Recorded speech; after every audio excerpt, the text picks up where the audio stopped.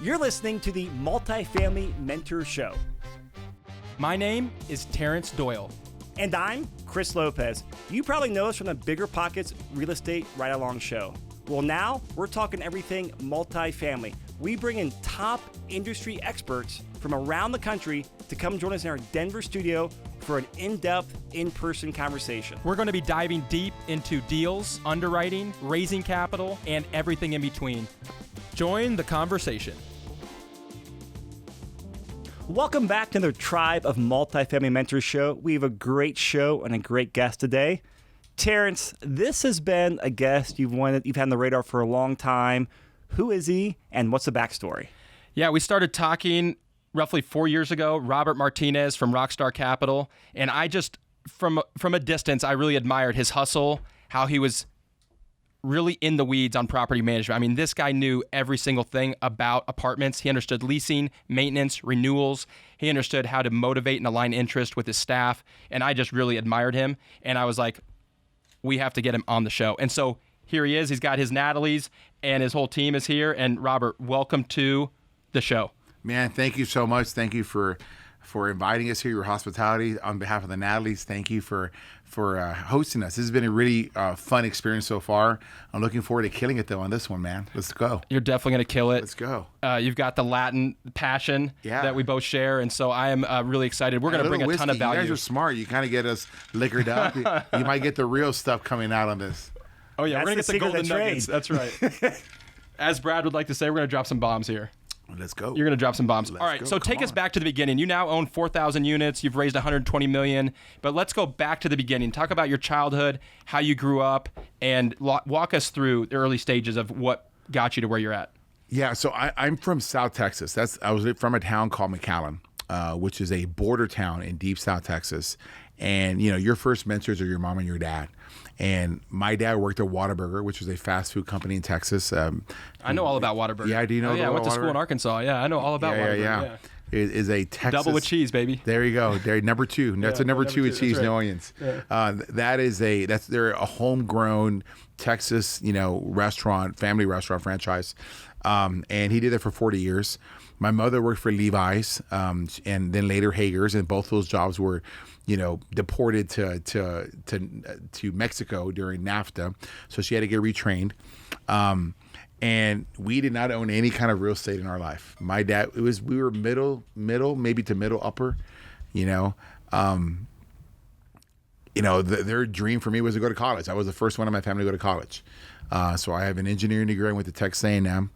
And before I move on, I just want to make sure that when my dad was like the smartest guy that I ever met, like literally, like there's a thing called slide rule. I don't know if you know what a slide rule is. He was a slide rule champ. Look it up. It's that little gizmo that before calculators were around. Right. Oh, yeah, I know what you mean. You had a slide rule. He was a slide rule champ. He was a number sense champ, which means that you give him 9,221 times 400, 602. He can spit it out. And he was just genius level. My mom... So was he the CFO for Whataburger? No, he should have been because he was definitely smart enough. My dad suffered from a little bit of a lack of confidence. Dad grew up in a 9-person family, nine brothers and sisters, grew up on the very meager side of things, hand-me-down clothes. So I think that affected him growing up. And even though he was as smart as he was, he didn't go to college. His best friend, who my dad actually walked away from valedictorian so his friend could win it, and his friend wound up going to NASA and working as a NASA engineer and working on different moon projects and mission projects, and so smartest guy just lacks in self-confidence. My mom, the yin and the yang, uber confidence. I got all my confidence. I got the belief in myself from my mom. Whether she thought she could do it or not, whether she really could do it or not, she thought she could do it. And so she put a lot of that swag in me that later in life came out. I think I had a little bit of my dad early on, and then as life happened, it came out. But anyway, both their dream was for me to go to college. And so I went to Texas A&M. I have an engineering degree there. And of course, your next mentors are your professors. And they tell you to, get good grades so you can get a good job. And that's what I did. I worked in Houston from 1997 to 2007 when I graduated, and worked in the oil and gas industry. I did engineering sales. So I would sell $1 million piece of equipment to guys with PhDs in the chemical plants in the ship channel. And I did that for the better part of 10 years. I worked my way up as inside sales and then into a sales engineer and then later on a regional territory manager.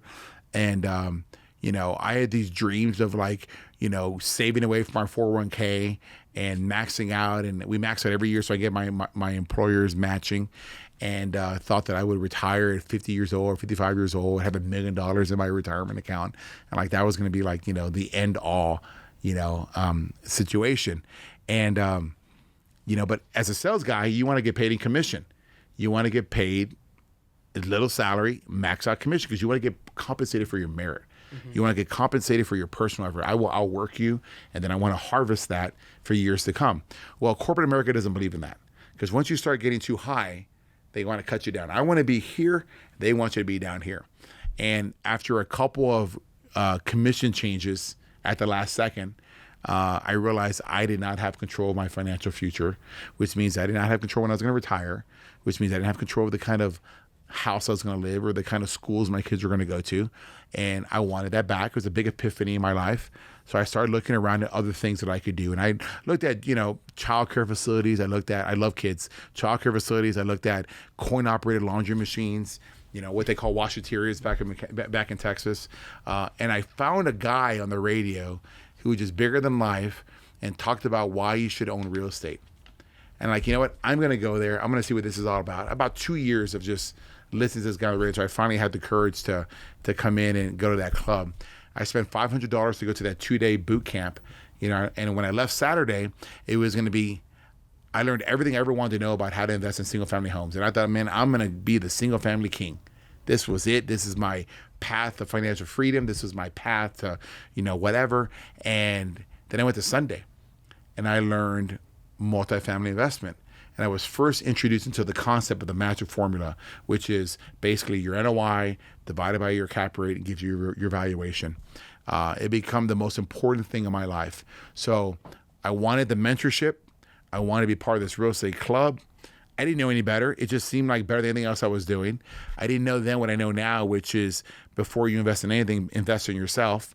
I was doing that. I just didn't know it. I got in this club. I got around a lot of other like-minded people. It was like a giant Rich Dad, Poor Dad book that had come to life. And did you have to pay for this? I paid $10,000.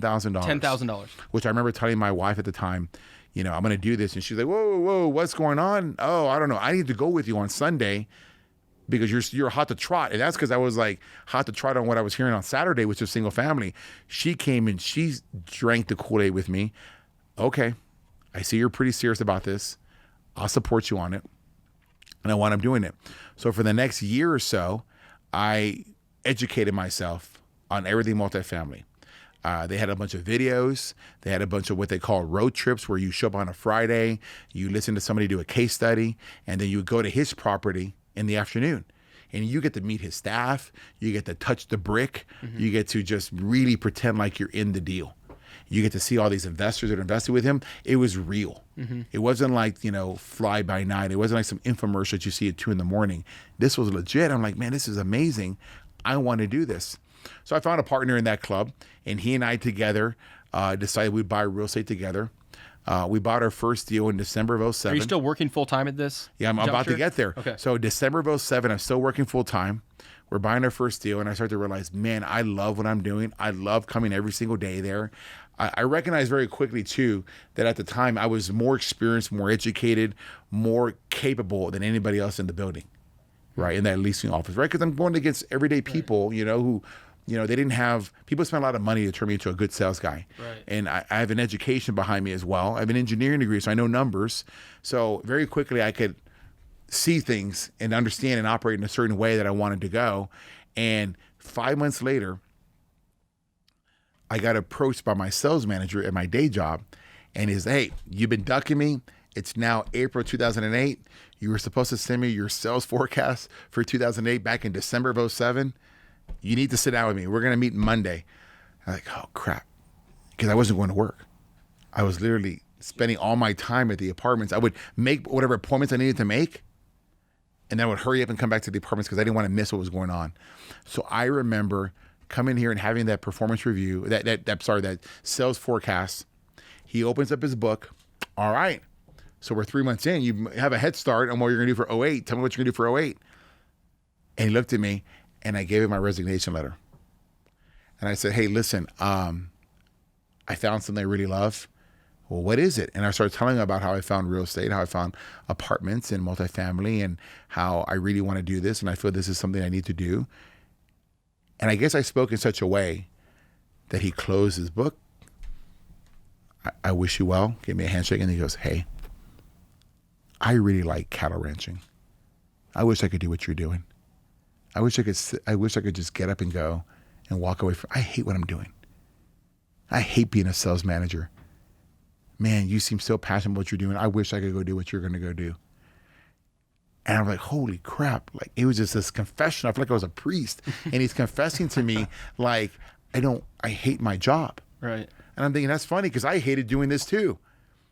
But I've never had one day in the 14 years that I've done multifamily, have I ever said that I hate what I'm doing, ever. And so I walked away. I went full time. Over the next 3 years, my partner and I bought 10 apartment deals. We did 3 cash out refinances events. I led the operations on that during the recession, which was, hand-to-hand combat. 2007 to 2010. 2011. 2007 to 2011, you guys bought 11 deals. Mm-hmm. So you went from working full time. I think this is a really key thing that I want everyone to really pay attention to is that, Robert had worked 10 years for the same company and had reached a point where he was like, you know what, I think there's something else for me. And instead of quitting his job right away, he went out and did research, right? You went out and you paid, you got training. And what did you say? You researched for 1 or 2 years? You were studying, going and seeing other operators, looking at other properties. I spent a full year.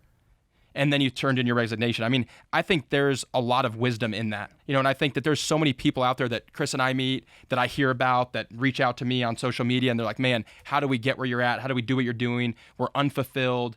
We don't feel passionate and excited to get up every day and go to work. How can we get into something else? And I love how you went about that. You know what I mean? It's amazing you said. I used to hear people that would say that, man, if you find a job that you love, you'll never work a day in your life. I'm like, that is such bullshit. I've never even heard that. I don't understand who you are. I live that life today. Right. I live a life today that I don't need a vacation from. I take very rare vacations. I just don't want to miss the action. I really enjoy the thrill of the day-to-day with what's going on. And our company we're at today in this point, I'll get to that in a little bit, I really don't know what's going to happen that week. I don't know what killer idea someone's going to come up with. I don't know what game changer that we're going to have or what opportunity is going to come up or how I'm going to be on your guys' show from one day to the next, It just happens. There's just so much momentum going on. But just going back really quick in time, I walked away when I turned the resignation in from $160, $170 a year to make $32,000. And I sat in that chair every single day and I learned how to lease apartments and I learned how to teach it to other people. I learned how to collect rent from people and be lied to and that they're going to pay you on Friday and they wind up getting an extension to Monday and they wind up moving out over the weekend in the middle of the night. I learned rehabs. I learned all of these things, right? But I knew where it was going to go. So I knew I was walking away from something that wasn't where I wanted to go. I once had a mentor, and I know he borrowed this from somebody else because I've heard it before, but he says, what gets in the way of a great life? A good life. And that's what I had. I had a really good life, but I wanted something different. I wanted that next level grade. Now I have a life today I could never imagine. The day I walked through that real estate club and paid $10,000, that was a dream compared to where I'm at today. I don't even remember that anymore. It is such a monumental shift that one of these days that my kids will be like, man, Dad, how do we have this or how do whatever all that? And well, your granddad walked away from everything he knew, quit to make next to nothing and learned something that would change his life and our lives for the rest of our lives. And that's what's going to happen in our lives, knock on wood, right? And so it was an amazing ride. I did that for the next 3 years plus. But, as anything, partnerships occur. And I just want to emphasize one thing, though, is you went from making 160, 170, which back in 2007 was probably more like making 2 to 225 now. Mm-hmm. So you were very comfortable. And in Texas, pretty affordable. Houston, yeah, one of the most affordable cities. Very affordable. So you were doing well. You probably could go out to eat anytime you wanted, travel anytime you wanted, take any vacation. Go to Disney, so whatever. You were living very comfortable, and you went from making 160 with a family to $36,000 a year. Yeah. So, and that's what it takes. It's delayed gratification, hard work, and it's not glamorous. It's not sexy. And when you're making $32,000, it probably wasn't very fun. I mean, now you're having fun, and now it's like, you know, you get to do all these amazing things and meet incredible people. But back then, it probably wasn't anything like that. But you knew what you knew you were after something much bigger. But you see, for a lot of people, they chase that W-2 paycheck. And the thing about multifamily investing is that it's not just the paycheck; it's the equity creation in that apartment building. And I learned how to create equity. I learned the magic formula. I learned that a $10 rent bump on a 200-unit property creates $400,000 of valuation. So I was taking next to nothing on a day-to-day basis. I was building equity, generational, more than I could ever have made in that first year. And that was just in that one deal. By the end of that year, we had bought 2 more deals, my partner and I, back in 2008. And so I went from 32 probably up to 60, right? Which was enough to cover the day-to-day bills, enough to keep the lights on, enough to do whatever. We had plenty of reserves. But you took some risk. You took some massive risk. But it's like every one of these deals I did, I applied the magic formula. We were creating tremendous amount of equity. So if you factor it all in, I was making a whole lot more in 6 to 9 months after I walked away. I just hadn't materialized it. It just wasn't in your bank account. It was in my bank account. That's right. It was equity. It was being added to within the investments. Your balance sheet was growing, but your bank account was not. And I think there's a major difference that most people don't understand. Yes. So let's transition to partnerships, because this is something that I know we've all had partnerships. Very personal. Very personal. You've got an interesting story, and I think there's a lot of wisdom that can be applied from it. So talk about your experience with partnerships and maybe some advice to the listeners that are entering maybe their first partnership coming up. So a partnership is designed to start and it's designed to end. And the moment you forget that it's designed to end, it will bite you in the ass. It is.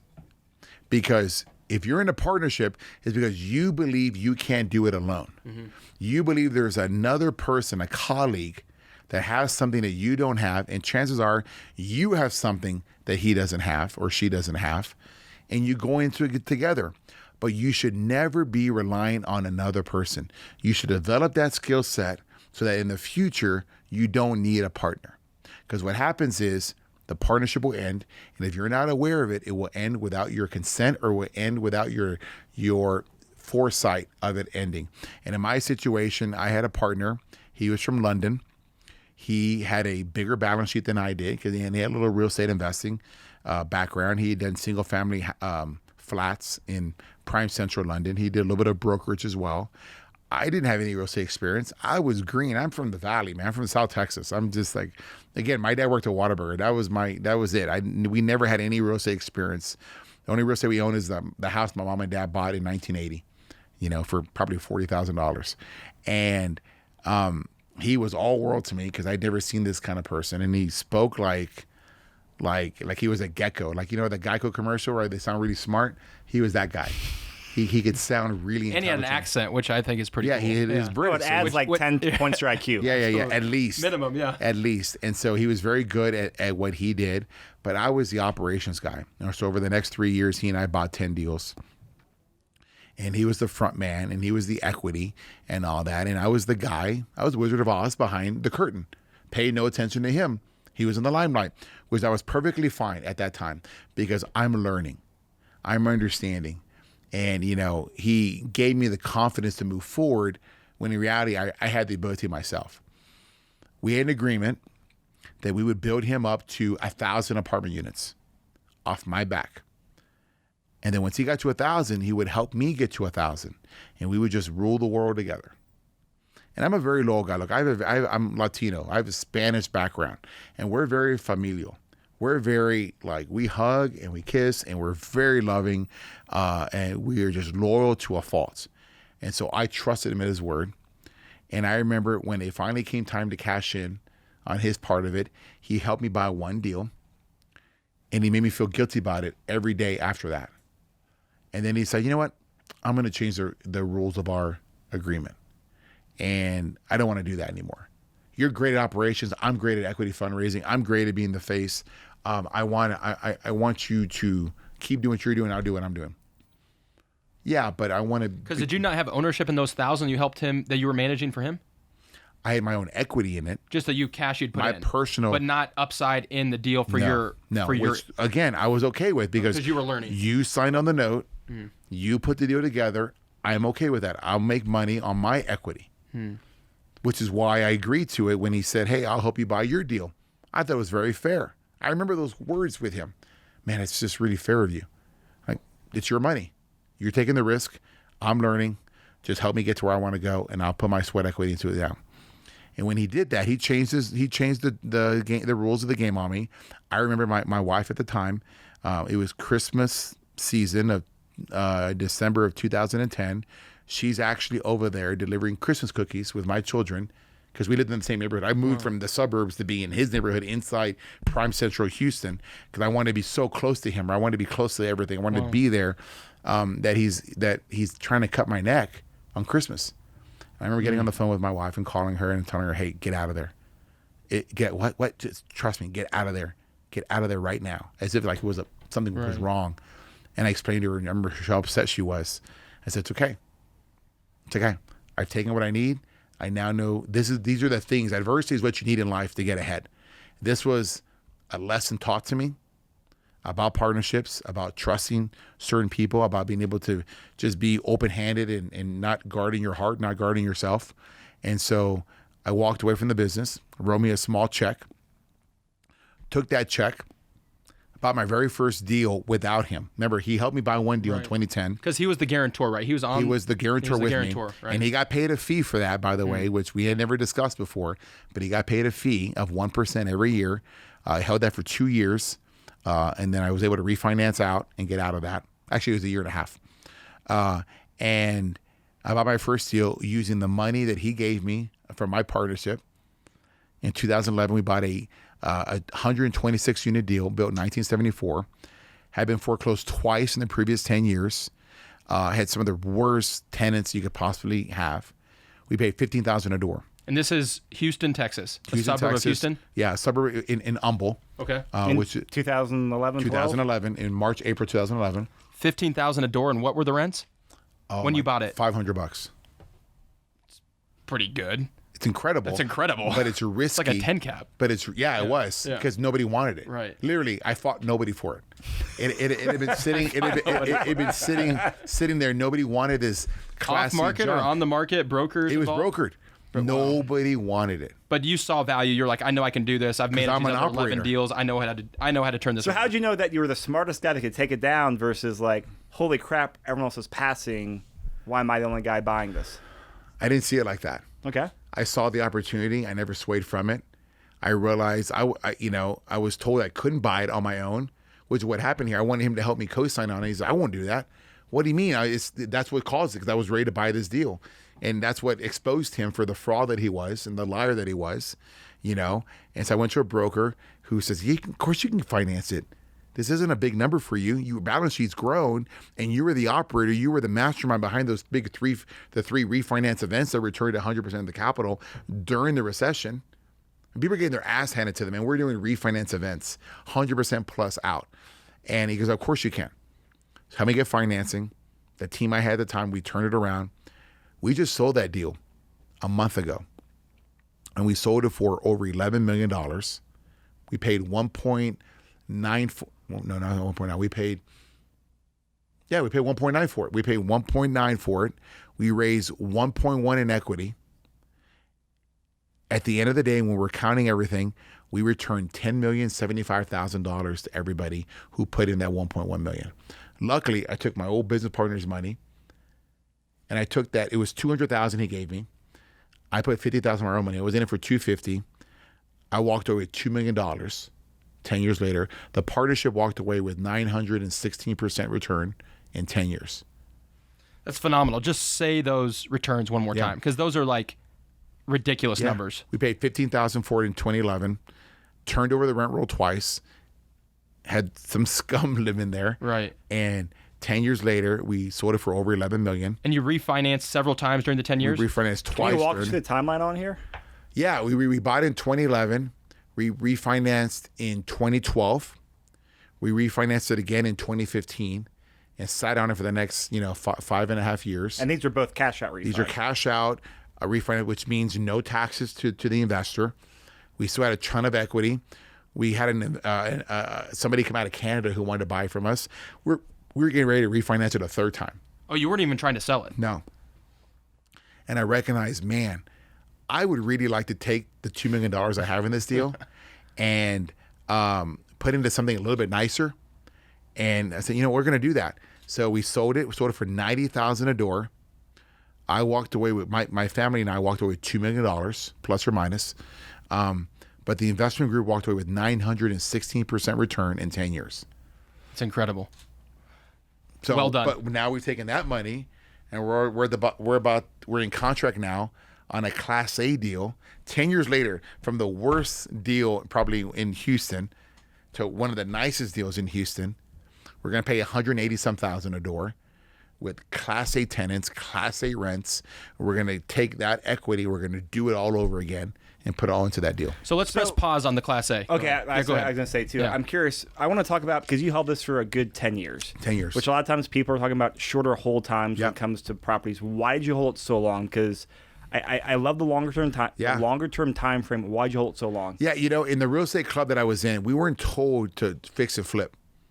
We were instructed and shown cash flow. And when you buy something at $15,000 and you refinance it again, even if you refinance it again, you keep increasing the valuation. Because I focus a lot, just like we talked about earlier, on the resident renewal. Our NOI keep jumping up. We're making more than double, 20% cash flow every single year on this deal. So we're making pretty good sized checks. And frankly, we weren't looking to sell. We were going to hold it a little longer. We're going to do another refinance event. It was our baby. It really was our baby. And we're like, man, this is a great deal. It just does so well. We controlled the deal. It's one of 8 deals that I have in that submarket, which gives us 73% market share in that submarket. And we weren't thinking about selling. And when somebody decided to make an offer, like, what's it worth? Wow. What could I do with that, with essentially debt equity in that deal? Where could I put it? Yeah, it's time. It's time. This is our 10-year anniversary. It was our very first deal. So as our 10-year anniversary, we're getting ready to do another deal. What a shift from a 1974 deal to now a 2015 construction deal with tremendous upside as well. I love that. So let's get back to the story. So that's your first deal you buy. You go on to buy multiple more deals. Well, it was my first deal at Rockstar. We had another deal in 2010. Yeah. Yeah. So first deal as Rockstar Capital, Robert Martinez, Mr. Rockstar himself in the building here. So let's talk about, you fast forward and let's go to the 51 unit deal. Yeah. I think this is a really interesting story, and I think this is where I think your career really takes an interesting turn. Yeah, it's interesting. So every year from 2010, which is the year before Rockstar, I bought a 118 unit deal. Then I bought a 126 my first year at Rockstar Capital in 2011. In 2012, we're buying a 108 unit deal. In 2013, we're buying a 106 unit deal. In 2014, we're buying 4 smaller deals. A 125, a 100, that kind of, a 104, that kind of deal. And then in 2015, like, man, we're doing really well because we're making money. We're refinancing events. Those first 3 deals I bought refinanced twice each. And in fact, I have an investor who's in each of those deals. And because he was in each of those deals, he now owns 17 of the 21 deals that I have currently. He's made from a $100,000 investment to $1.7 million. You made him 17 times his money since 2010. Yeah. That's great. Yeah. He should be like the poster of your. He is. I try to make investor relations story. Yeah, that's amazing. Dude, great work. That's incredible. Thank you. And so here comes 2015. I'm like, man, we own workforce housing. Maybe we can do Class A housing.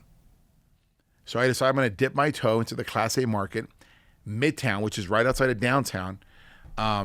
51 unit deal. I forgot it was about $150,000 a door.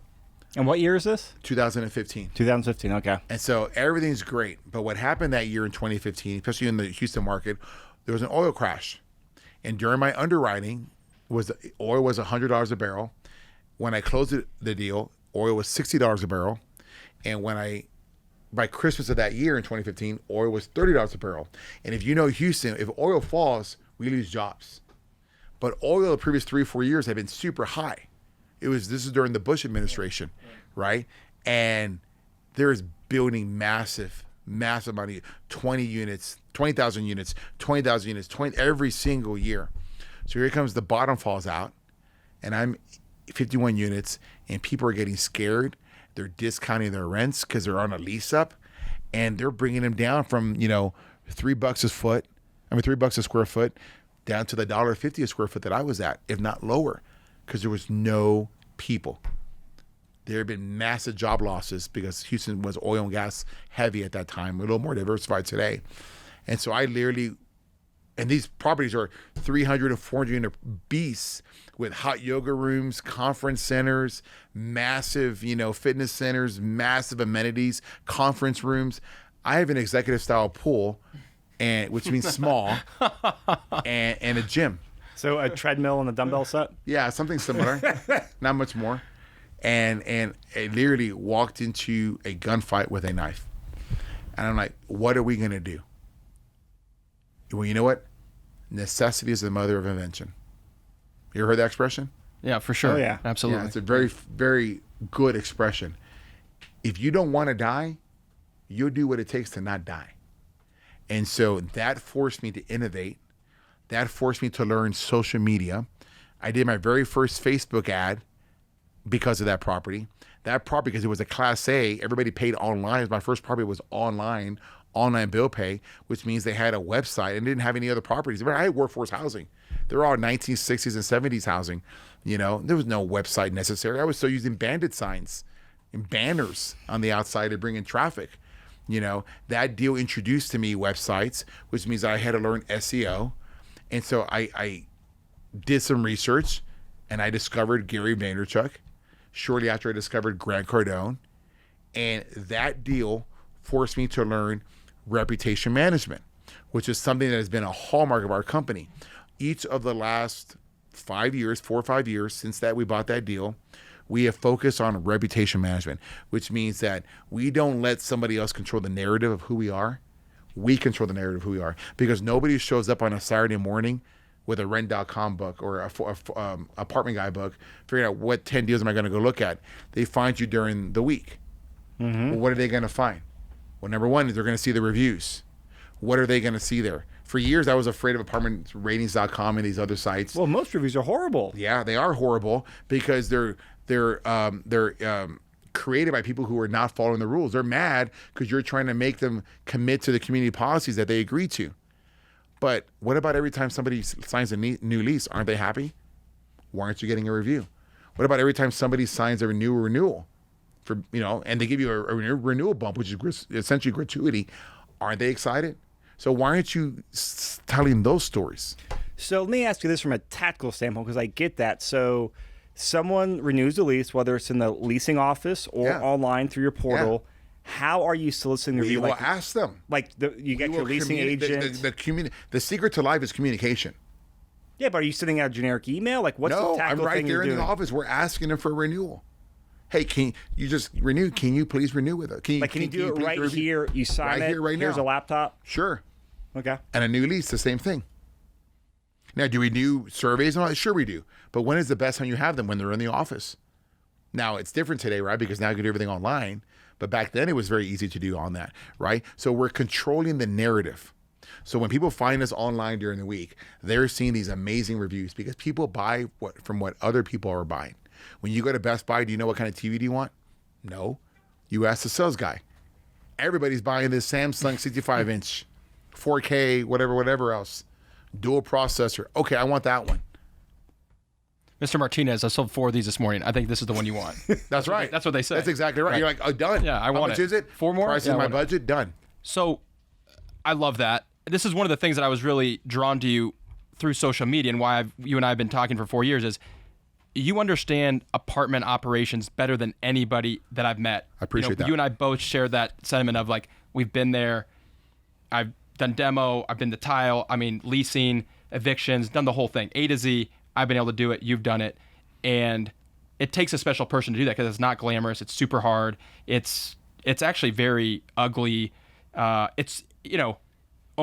wants to own real estate. No one wants to actually manage it because it's hard work. It's messy work. You're dealing with people. There's all kinds of things that go wrong. There's always problems, right? It's always problems.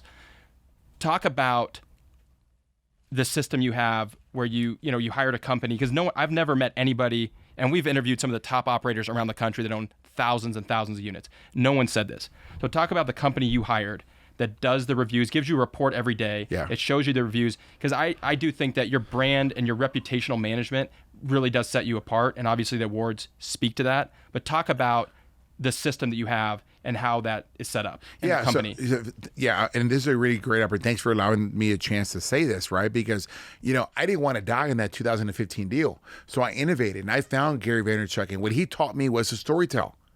So 2 months after visiting with him, I hired our first videographer, and they're telling the stories of our property. I would put those videos online on our websites. How are you telling the story of the property? We're just showing the amenities. So just like, is this Remember, a this is 2015, video? 2016. Yeah. Just a quick video, not even in no narration. Just Video, some some music, and you're some good? music, right? And then our very first online tours where we're going from room to room. It had to start somewhere. So Gary taught me how to storytell, and Grant Cardone taught me how to promote. If I don't tell you how great I am, how are you going to know how great I am? If I don't tell you I'm a 2-time national apartment owner of the year, how are you going to know that? If I don't tell you, if I don't share the reviews of our residents, how do you know how great we are? Talk about, Does that make sense to you? 100%. No, I love it. And that's so different than the way we grew up. I mean, you and I, my mom's from Colombia, your family's from Mexico. We were taught, like, you don't ever talk about yourself. No. Right? I mean, isn't that the mentality that I grew up like, man, if someone else says something, like, it's biblical, right? People, let others praise you, not yourself. But the world we live in, as you're talking about, and as these, Gary Vee and Grant. So talk a little bit about that mindset shift, because that's been hard for me to do the last 3 or 4 years since I've met Chris and we've started to document our story. Yeah. I mean, that's totally different than the way I was raised, you were raised, and really what I think was what parents are. So my parents were my very first mentors. But what are they teaching you? They're teaching you to color within the lines, Right. Yeah. and to live the life that they're living. Is that the one life you want? Or do you want a different life? When I introduced Grant Cardone and Gary Vaynerchuk into my life, who I consider personal mentors, I want their life. Gary wants to own the New York Jets, and every decision he makes is with one step closer to owning the Jets. Grant Cardone wants to have $10 billion in real estate and sell it to BlackRock. I love my mom and my dad. I love them immensely, but those weren't those visions for them. So why am I, taking advice from them when I really want to try to get somewhere else? So with Gary, you storytell through video. You're a media company first before you're a property management company. Grant says you're a sales company first before you're a property management company. So why don't you put the two together and say, I'm a media sales company that does property management? And it hit me like a ton of bricks. Like, that's exactly what we need to be doing. That's how we're going to get that deal. We wound up surviving that 2015 deal. We didn't make a lot of money. We made 27% in 3.5 years. It was not my finest moment. I had this reputation of having this Midas touch. It was the first deal that I ever had that didn't make 100% return, but that was the best deal I've ever owned because it set up the rest of the future for me. It set up where we are today. It set up the rest of the refinance events that we occurred. We were doing refinance events post-recession when people say you couldn't do them. Anybody can do it after recession because you bought them so low. Then it was 2016, 2018. You're still doing, refinance events, and nobody has an explanation for why you're able to do it. It's because you're able to promote and you're able to rise above the noise. I was able to tell you and show you that our residents are happy. That company, J. Turner Research, surveys our residents every single month. They follow up after the move-in. And most importantly, at the end of every day, I get a daily summary with the dates of, today would be, May 11th, of all the reviews that come in for all 20-something of my communities. Google, Facebook, Yelp, whatever. I see them in order. I do a few things there. I'm like, one, why there's only one review for the day? We have 22 sites. Nobody's asking for a review today. We didn't sign any leases today. We didn't get any renewals. That's number one. So number of views is a KPI for you. Hell yeah, it is. Okay. Hell yeah, because I want to build a base of like 1,000 plus 5-star reviews. You're more than likely going to go buy that product. What do you do on Amazon? Don't you look at the reviews when you're looking at something? Yeah, of course a you lot. do. I think my wife does. I try and stay off Amazon, but yeah, I think that's what my wife does. She does. Yeah, she I promise you does. she does. Oh, yeah. Right? And so it's very, very important that when I see those reviews, but most importantly is when I see a negative review. Because if I'm seeing it, every other person on that corporate team is seeing it too, and my operational team. And they know that if they don't come to me first, I'm going to forward it to them. Say, hey, what happened? How come Unit 226 is complaining about the air condition? Why does it have to get to this level? Why aren't you taking care of these issues? And if I have any respect with them, and if they have any kind of, fear, I guess, they're going to want to, hey, I don't want Robert on my ass. Let's take care of that. Of course, I'll get a little reply. But the point is, I see every single review for all 4,000 of my communities. And so you put more weight towards the negative reviews? Is that because that's how you get old better? Saying like, hey, for every one negative review, they tell 20 people. A positive review tells one. You don't learn anything from winning. You're talking about we were talking about during lunch, right? The Last Dance, Michael Jordan. Yep. You don't learn jack from winning. You learn from when you lose. And when I see a 1-star, 2-star review, I want to understand why. Because we're about to get better. I didn't get better because that 2015 construction deal that 2015 deal that I bought was because it made 120% return. I got better because it only made 27% return. And I asked myself, why? Why did it not do better? What did we do wrong?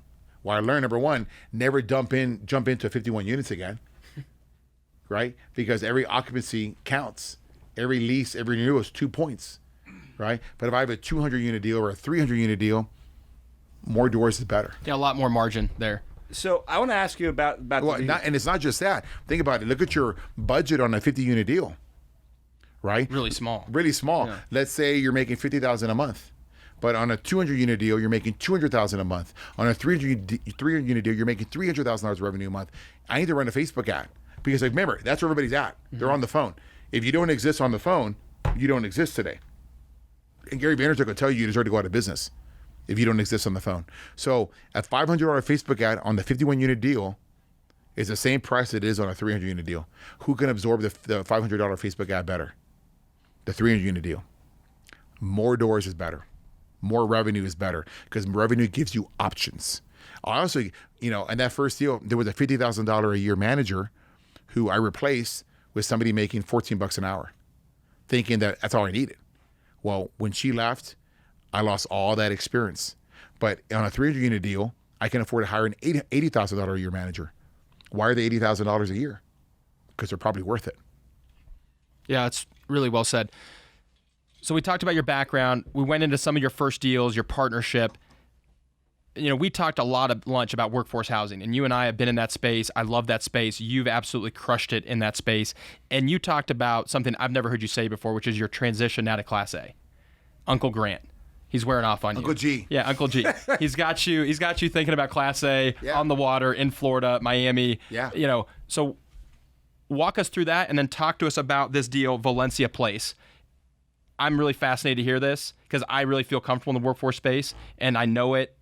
$1,000 a month is really comfortable to me. It's like attainable. Start getting to $2,500, $3,000 a month in rent. I'm like, whoa, I don't. So help me understand that and talk to the audience about that transition from workforce housing to Class A. Yeah, everybody's different. Okay, so I'm not trying to change anybody's mind. Yeah. I've run 4,000 units, and all but 500 units of that 4,000 are workforce housing. The other 500 units are Class A, and they're in South Texas.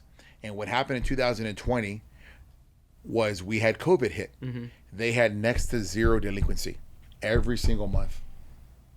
But I chased delinquency every single day in the other 3,500 units in my workforce housing. And to the point to where they have money. They have jobs. I know they do because I see brand new cars outside and I see Samsung TV boxes at the dumpster.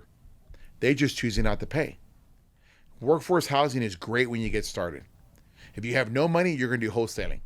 You get a little cash, you don't need it, you put in single family investing. You go from single family investing, you go into multifamily investing. The first thing you buy is either something small because it's affordable or something cheap with scale because it's affordable. But over time, that will wear you out. It will wear you out because as you cannot replace yourself. You know how to do it. You know what it takes. But as you get a little scale and you go from like 500 units to 1,000 units to 2,000 units to 4,000 units, you realize, man, if I had some help, I could do a little bit better with this. But can they think like you?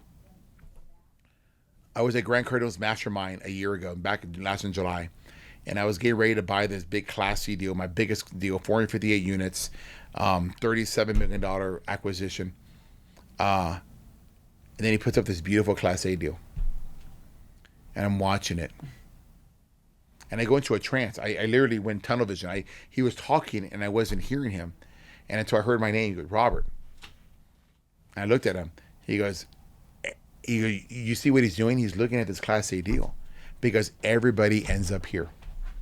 You start with the bottom of the barrel and you end up where Blackstone's at. You end up with the nicest deal on the block because they got the better tenants who are more resilient towards life's issues. What happens, man, if your Class B tenant, that's paying $700 a month has a car issue? He's probably not going to pay you rent on time that month. If my same thing happens with my guy in my Class A, he's going to pay rent. COVID just proved that to me. COVID proved to me when I didn't have to chase them during the crisis that was supposed to end all, that's where I should be. You said you had like 0 delinquencies in your Class A. What was 0. the percent like on your workforce housing? Double digit. Really? Okay. Double digit. Like right now So it's significant. Right now we're getting better. I would say right around $800,000 of delinquency that's been carried over. Across the entire workforce portfolio? Yes. Now they have released some financial assistance programs, and I'm seeing emails every day. I just got 14,000. I just got 21,000. I just got 8,000. So we're working it down, right? But they're giving it to residents that are choosing not to pay. Mm-hmm. They're choosing not to pay. There's brand new cars in the parking lot. There's Samsung TV boxes at the dumpster, and they're not home, which means that they're out working at their job. That doesn't happen in Class A. So I'm asking myself, where is my goal today? My goal in the beginning was to create generational wealth. I now have generational wealth. The reason why you get into Class A is wealth preservation. You get into it because it's cleaner, it's easier, and based on the cap rates, as you know this, they're hitting workforce housing like there's no tomorrow. We're seeing cap rates be at the same level as they are with Class A. So you can buy at the same cap rate or similar within a half a point a deal that's 40 years younger, 30 years younger with younger bones. Yeah, I thought that was, our lunch gave me a lot to think about, and because I don't know a lot of workforce housing, or people that are just buying A and B, A, B minus, A minus, C plus deals that are doing more value add stuff that have made that transition. And I think a lot of it honestly has to do with, in my world, with, in Denver, is just the competition, how aggressive the cap rates are, how little the distributable cash flow is after you pay the mortgage. But I do think a lot of what you're saying makes sense. I do think somewhat, I'd be interested to take a deeper dive into some of the properties that had delinquency. Because like in Des Moines, Iowa, we, very secondary market in the Midwest, conservative, doesn't have peaks and valleys, when the rest of the market does. And we had actually more collections during 2020 than we did in 2019. So, one of those markets, actually people took I think you hit on the head there. In there, and they actually gave it into, they paid their bills, in Des Moines, Iowa. Denver, I think we were at 7% or something. So and we averaged 5%. So a little bit worse, So I kind of think, just based on my experience, and that's limited, is that it really depends on the market and the demographic of who the people are there. I agree. And after our discussion, you said to me, basically anywhere in Denver, occupancy is going to stay high. Doesn't matter where you're buying. Right. In Houston, it hasn't been like that. It's been much more competitive. Right. So I can tell you just from my own personal experience in Houston, I had to chase them a lot harder. And what that does is that wears me down and it slows me down. Because my goal is to get to $4 billion of real estate owned. I'm at $400 million today. I want to get to $4 billion. How am I going to get there? It's not by buying a 50-unit, workforce housing. It's not about buying a 200-unit workforce housing. It's about buying a 300-unit Class A housing with better tenants. What I've also seen is that it's a deterioration of our dollar value. We spent, off camera talking about Bitcoin or whatever, right? You say you've been Bitcoin for a long time, right? So you've seen the run up. You see what's going on. You've seen what's happened in the last 12 months. Shit, my kids are in Bitcoin. I didn't know that. That happened. That came in a random conversation where they were in at 12, 13,000. Now they're in it at it's 55,000. They've got to experience that. That generation has experienced what, if they dig a little deeper, what that means. Lumber has increased 5 times since January. You're seeing record pricing on new home sales. There's no inventory in Houston, Texas, right? Everything's going through the roofs. Everything's got multiple offers, right? And so inflation's on the way up. You're seeing Gary Vee talk about NFTs. You're seeing Gary Vee talk about sports cards, and you're seeing fine art and collectibles. Everybody's getting their cash out of USD. And the reason why is that this government has printed money like it's going out of style the last 18 months. $1 out of every $5 in your pocket did not exist in circulation 12 months ago. So that means your purchasing power has been deteriorated. The middle class is going to get squished from both sides. Their dollar doesn't buy as much, and now they got to pay more in taxes. So there is a flight to safety, a flight to quality. People have bagged on Grant Cardone the last 2 years because he's buying, just send the Grant, he'll pay anything. He's making money right now. And he understands the economics and the flow. And so I pay attention. I watch what he does. I invest in the deals that he invests in so I can understand what his logic is. He has literally made a call, a line in the sand that he is saying, I'm going to bet on the come. I'm going to bet that this deal is going to be worth more in 5 years, 10 years than it is today. I'm going to believe that the dollar is going out of style. That's why they're printing money. And I'd rather have it in bricks and sticks that have income producing and tax advantages than put into something like an NFT that has no cash flow, that has no tax advantages, something like art and collectible and sports cards that have no cash flow, that have no tax advantages owning them. I'll put into bricks and sticks that produce monthly income. So I'm reading between the lines what you're saying here, Robert, the business plan for workforce housing and a business plan compared to Class A. Business plans, workforce housing, go out there, classic value add stuff. Improve the property, raise the rents, improve the tenant class, reposition it.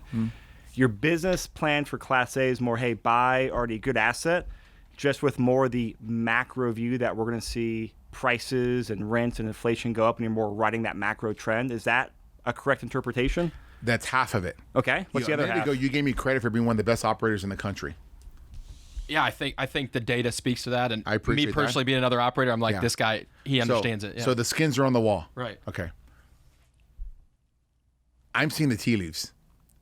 As an operator sits in the chair, and I'm seeing how much harder it is to make $1 today than it was 5 years ago, 10 years ago in workforce housing. I'm telling you, the cap rates are getting so condensed that it's almost the same as buying a Class A deal. I'm telling you that I'm not buying 2020 construction. Although there is an opportunity, I walked away from a deal in Destin because I didn't get it, but because there's economics there with that deal. There's just nonstop demand. There is value add Class A deals. On this deal that we're going to buy, maybe we can transition to Valencia Place now, is that there's a tech package that we can do in there for $800 to $1,000, which will introduce Nest thermostats, which will introduce, keyless locks, which will be what they call curb to couch, meaning on your phone, which we've already done in South Texas and have made a fortune. We signed a big contract with BP, on a big project down in Corpus. And that was one of the things that got us that deal, is that we promised that we would do this tech package. So we've worked out all the kinks and everything right within that. And that is a advantage against other operators. So you're giving me credit as being a good operator. I'm telling you what's going to happen. So let's transition to Valencia Place. I'll compete with other Class A guys because I am a boots on the ground, in the weeds operator, and I can outperform you because I think differently than you. No, and you get it. You understand Not you, I get it. Yeah, no, and me. Yeah, no, I get it. No, that's why I love you. I mean, I think that you get it better. And most people that I sit across from, here's the thing, most people I sit across from can wear a suit. They maybe went to a better school. They have an MBA, a bunch of letters next to their name, and they speak with incredible. A lot of those guys on Clubhouse right now. Incredible rhetoric, but I know that if things hit the fan, I know how to outperform and how to operate because they've never actually done it. So I get that. This is why I really respect you. So let's talk to, and I'm gonna, we're gonna play this back in a couple years and see where we're at. I do like a lot of the logic behind what you're saying, and we're gonna play this back in a couple years and we'll see what the scoreboard says. Because think about it, right? As my company has grown, I've been able to hire people in. I've been able to get 40 hours here, 40 hours there, 40 hours there, which means that I'm not sitting in the press box, not on the field as the coach. I'm now sitting there as the GM or the owner, and I'm seeing the play develop. I'm seeing things. I'm away from it. I'm not so micro today. I'm more macro today. I can see where things are developing. And as time passes, I'm watching and I'm paying attention. I'm like, I worked my ass off during COVID. Now, I did win Texas Apartment Owner of the Year based on COVID results, and I'm really excited about that because that was a team win for us all, but it was a hard win. It was the dirtiest time I've had since the very beginning. That was hand-to-hand combat. It wasn't pretty. Hand-to-hand combat. It was tough. But I'm also a wartime general. So part of being a wartime general is that you got to, what's going on the battlefield? How can we win the next fight? There is going to be a next fight. And if money's being printed out of style, some people call it the Great Reset. Probably heard that expression. I actually have not, no. Oh, look it up. Google everybody. Great Reset, okay. The Great Reset. Google that expression, see what you find, right? You're seeing the workforce housing people that we have getting priced. They can never own a house, but they also cannot afford the taxes. You have the same constraints we have. Property tax and insurance are rampant. As an entrepreneur, that's my entrepreneurial profit. So how much can I pass on to my workforce housing who aren't seeing wage increases, and how much am I going to absorb? Versus how much can I pass on to my credit A tenants, and how much can they absorb? You bring up some great points, and we're going to play it back in a couple of years and look at it. I'm going to start to look at some different deals, and I'll call you to get some advice. And I promise you, your equity will welcome it. I hope so, because we're going to have to add a zero. Let's go to Valencia Place. Yeah. Class A deal. Tell us about the number of units, how much it is. Give us the background on it, how you put it under contract, how much competition was there, and let's go into the debt. Yeah, it's 200 plus units. It's going to be about $180,000 a door. We beat out some pretty heavy competition because it's in Houston. We have relationships with the existing brokers. They want to see us grow. So what is that, about $38 million purchase price? Yeah, it's $47 million. $47 million. Yeah, at 187 a door. So whatever that number is, like 200 and maybe 60 something, 264. Okay, so it's closer to 3. That was closer to 3. Okay. It's in the right place. It's right by the Houston Medical Center, which is the world's largest medical center. Wow. MD Anderson is the world's largest cancer research, right? Monster. So killer location. Killer location. 2015 construction? With 60% attached garages. Wow. You cannot build this property right now anywhere close to where we're buying it because inflation has gone crazy. So there is a massive barrier. If you get this, you're going to have to go up. And that's okay, but you're going to get a parking garage. You're not going to get an attached garage, which means you lose that single-family kind of home feel, right? It's by a giant life science project, billions and billions, and no one in Houston's even talking about it, right? Which is going to add tremendous more jobs, 17,000 more jobs in Houston, and we're going to be one of the big beneficiaries of that. It's at a cap rate, which is not too dissimilar to what we're paying now, with a better tenant base, a higher credit rating tenant base, and we're going to take the same principles as we would use in our workforce housing. We're going to focus on renewals, and we're going to keep heads and beds. Talk to me about competition, because workforce housing, I would say in Houston and that South Texas area, if you're writing an offer, you're getting the deal. Talk to me about what, because this was a transition for you. So walk me through that mentality and what that process was like.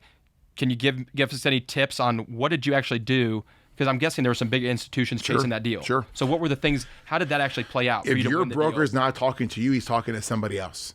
And that's a basic sales principle 101. But you also understand what motivates the broker.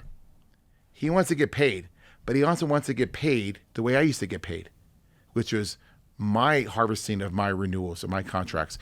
Is he more than likely to get paid from the out-of-town New York guy, or is he more likely to get paid again from the local Houston guy that he helped? That'll use him to local list guy. It. Yeah. All the time, local guy. Exactly right. So he doesn't get paid to get paid once. He gets paid when he gets paid twice.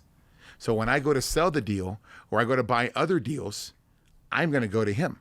And that's not the only deal I'm going to sell. I have other deals. I might return the favor. What's the New York guy going to do for him? Or the California guy? Or the Florida guy? Nothing. Because we have not gone out and had drinks somewhere and had a nice dinner at Mastro's and said, I like you. We're going to do business together. You protect me. I protect you.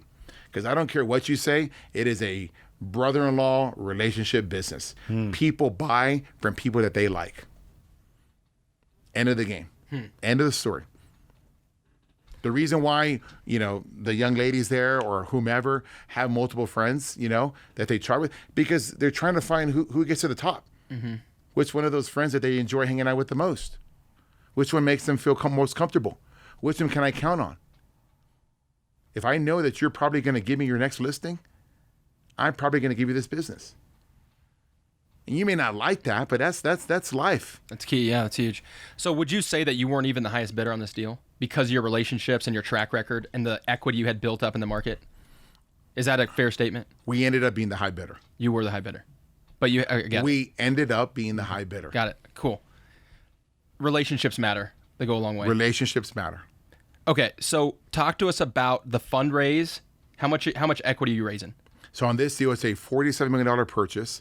It is going to be a $14 million equity raise. We started our equity raise 3 days ago.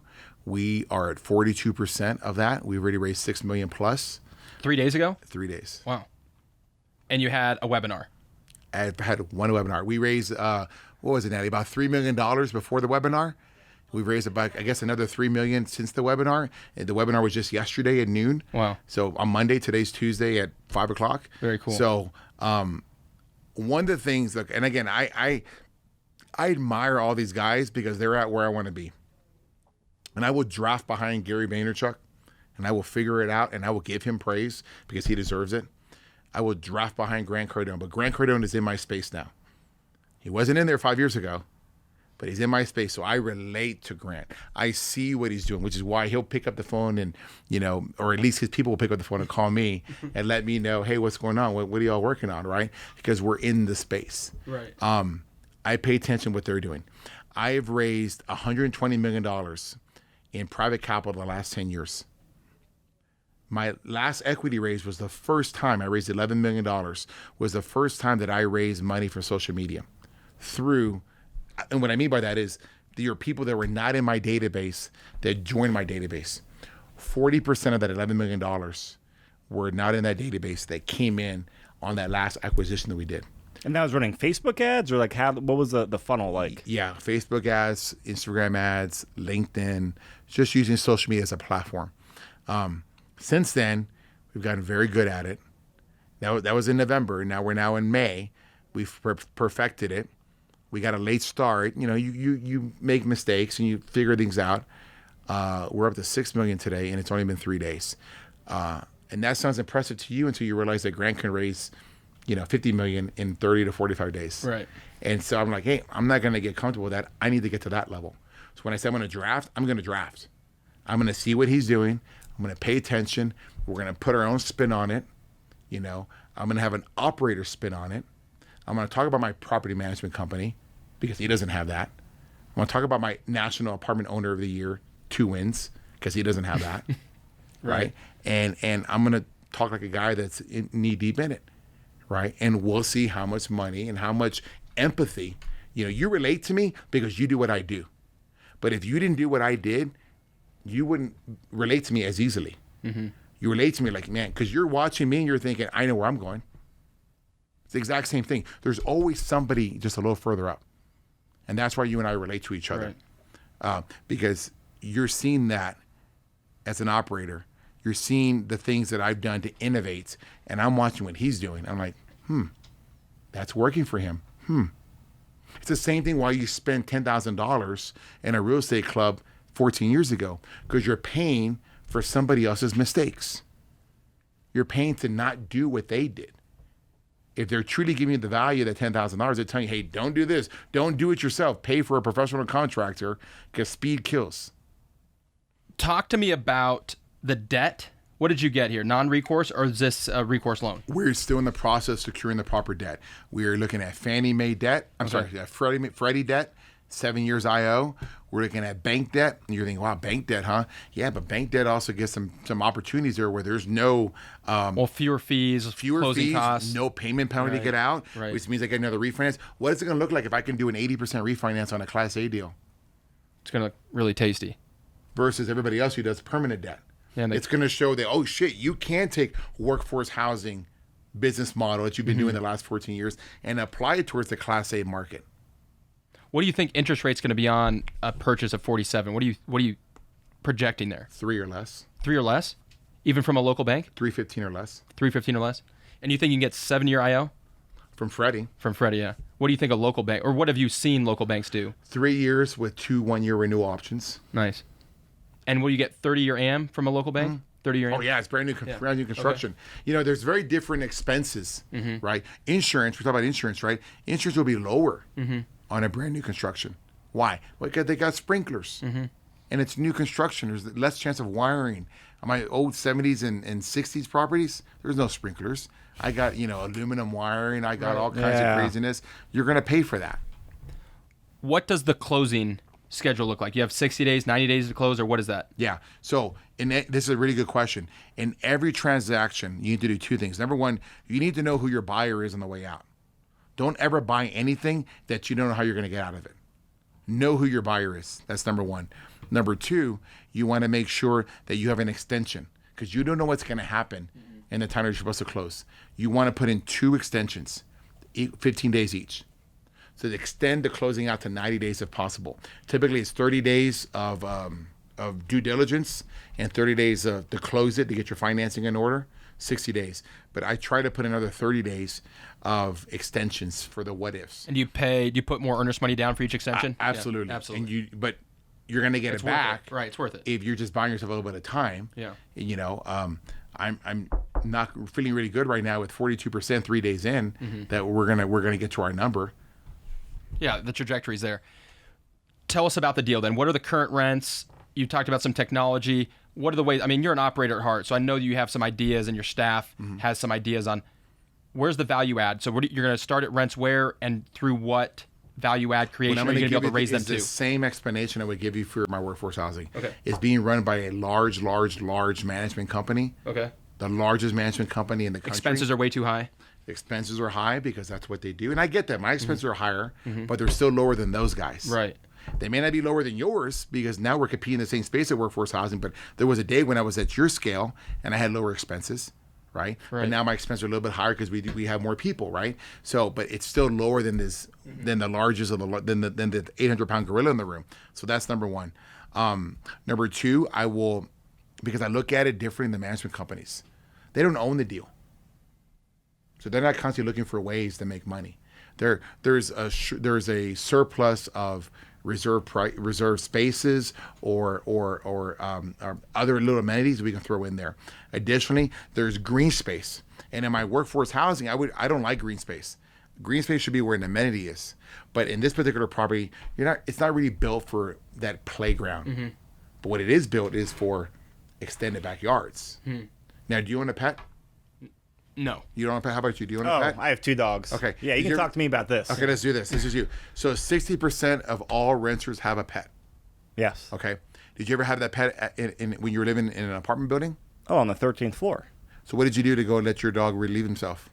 I would walk out the door, lock it, go to the elevator, wait for it, go downstairs, walk across the street, go down a block, How go to much the more park. would you have paid to be able to just open your back door like you probably do today in your single-family house? You have a single-family house today? Yeah. Yeah. Single But you family just let him go, right? Yeah. In the backyard? It's fenced back in, let him go, come back in. How much would you have paid to let him out the door? Oh, extra $50, back $100? then, $100, $200 a month. So we have For convenience. It's convenience. And So safety of my that's dog. all Class A renters want. They want convenience. The same way you want to push your phone and get your Uber to come in, they want to be able to pay for the tech package that I'm going to tell you about in a minute. They want to be able to open that door and let Fido go out there and do his deal and come back in. So we're going to extend the patios and give them that mini dog park that they need to have. When you say patio, you're talking on the second, third, fourth? Like On you're the first talking- floor. On the first floor. On the okay. first floor, which will create a premium on those units. The rest of the units, right, because they already have washer and dryers. These are new construction, right? How come new construction can get it, but workforce housing can't? Are they better class of citizen? No. And just when they built it, that wasn't That's right. That wasn't the key, right? But that doesn't mean that's not a reason not to give it to them. Oh, for sure. Why would you want to give it to Cornbeck and split 50, 60% of the revenue with them? 100%. It's stupid, Yeah. right? So you put those workforce housing, you put the wash and dryers in there. But with this, we don't have that opportunity, right? And we can't do low flow toilets either, which is something you would do workforce housing. I mean, first thing I do when I do my rehab videos, Natalie will follow me to the bathroom because she knows where I'm going. I want to flush that toilet. I want to see how long it takes to spin and go down. And the longer it spins, the more opportunity I have, right, to save on a water conservation plan, which adds dollars to my NOI. Can't do that in Class A. What I can do is add tech packages and get them use of technology. That's where we are at today. Everybody lives on their phone. Everybody wants everything to work. Because you can charge a premium for that? Yes. So you'll techify the building make it more convenient and comfortable living, and then you'll charge. And what do you think that premium is? Anywhere from $50 to $100. But I'm going to tell you this: what's going to happen? We become creatures of habit. Right. And once you get it, you're going to realize my next place doesn't have it. Oh, I have a Nest now and Alexa. I never got it until 2 years ago. I couldn't imagine life without it now.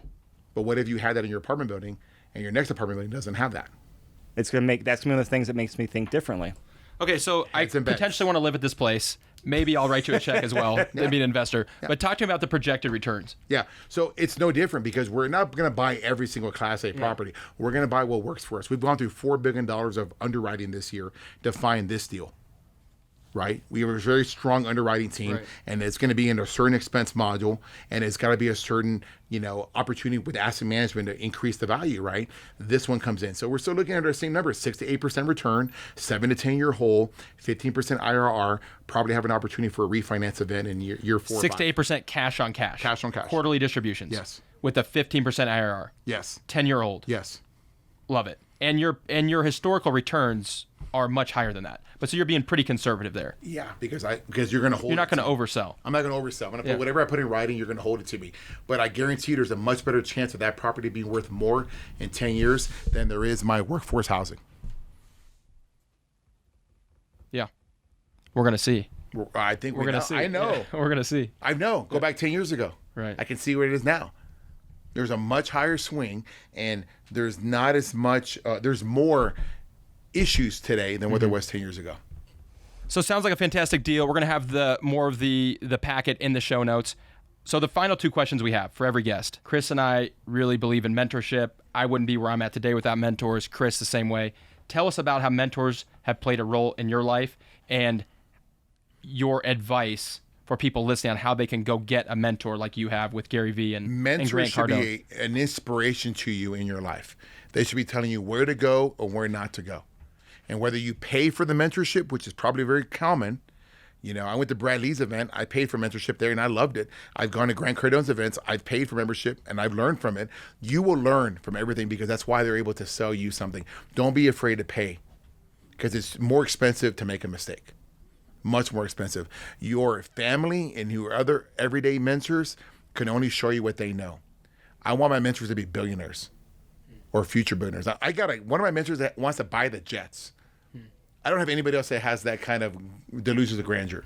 The other guy wants to get to $10 billion and sell to Blackstone. I have no other mentors that want to do that. So I want to draft off what they're doing. I want to listen to what they're doing, and I want to try to emulate it in my own style as much as I can.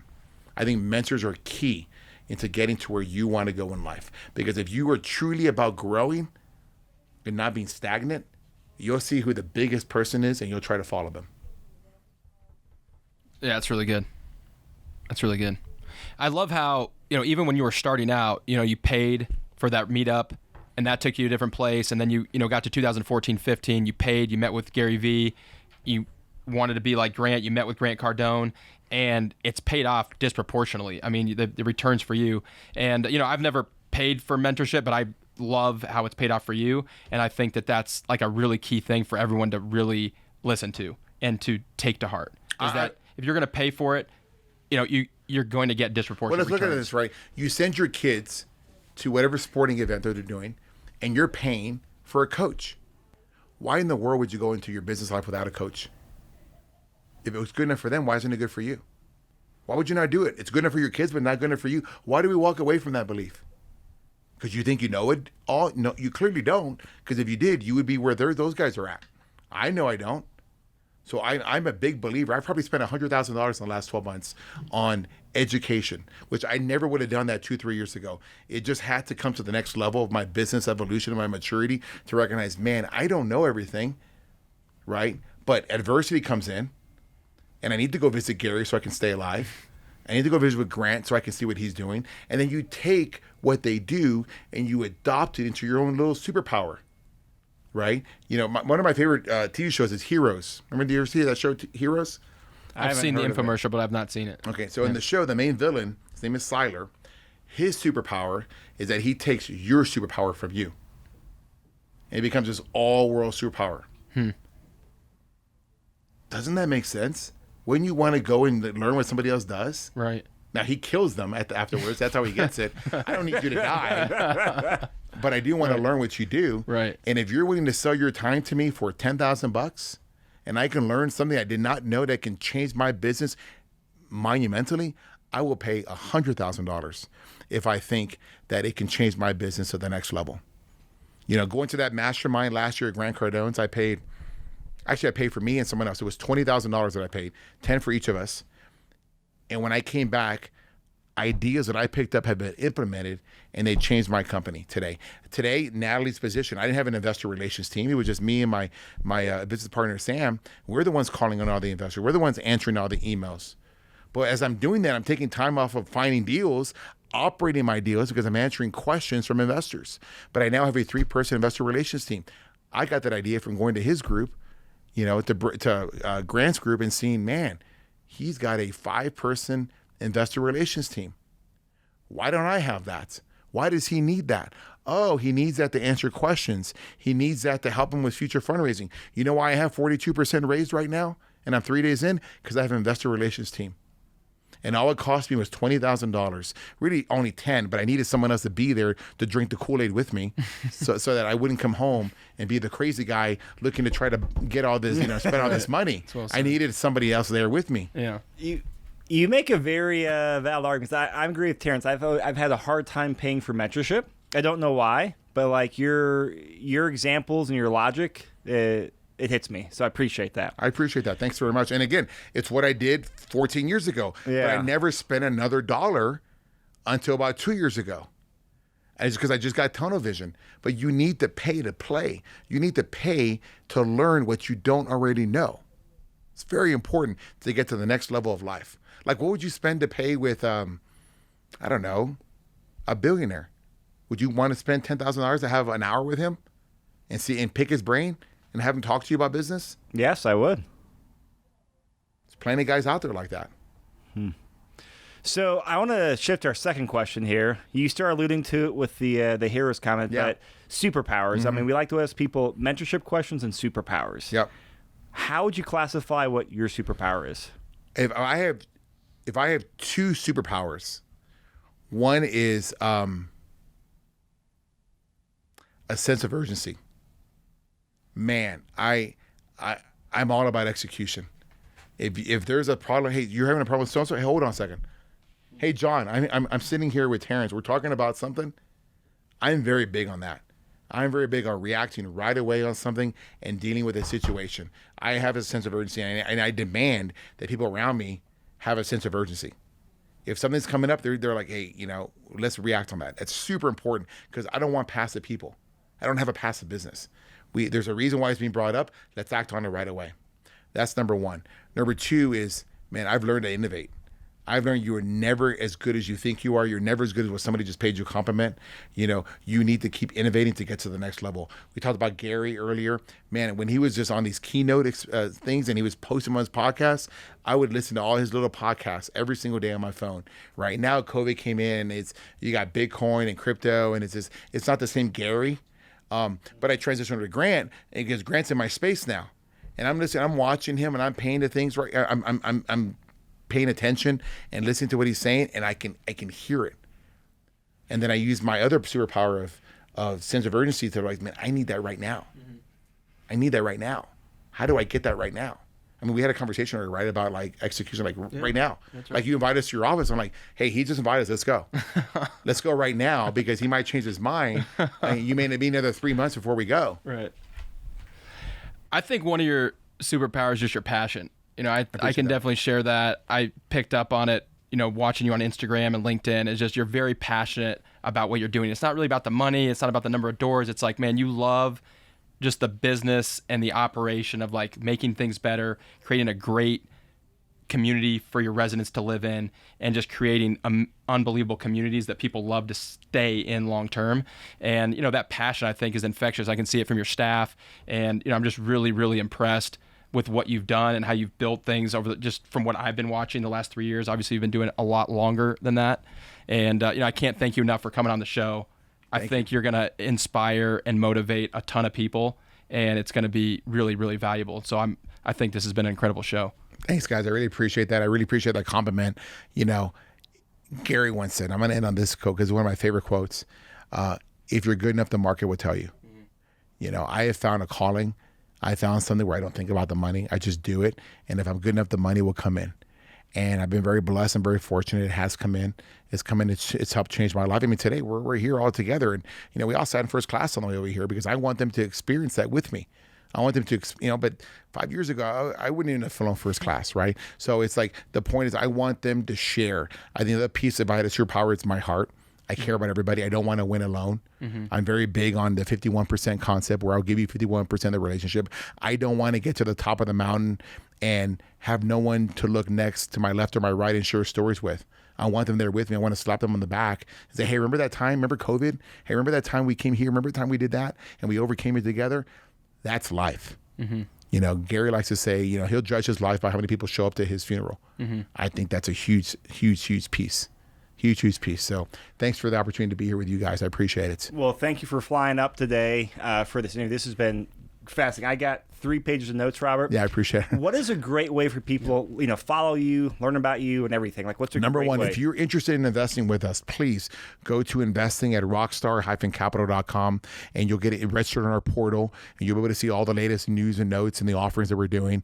I give a ton away of free information. So go to my Instagram at Apartment Rockstar on Instagram or on YouTube at Apartment Rockstar or on Rockstar Capital. Or you just want to be my friend, just come to Facebook and request. I accept everybody under Robert Martinez.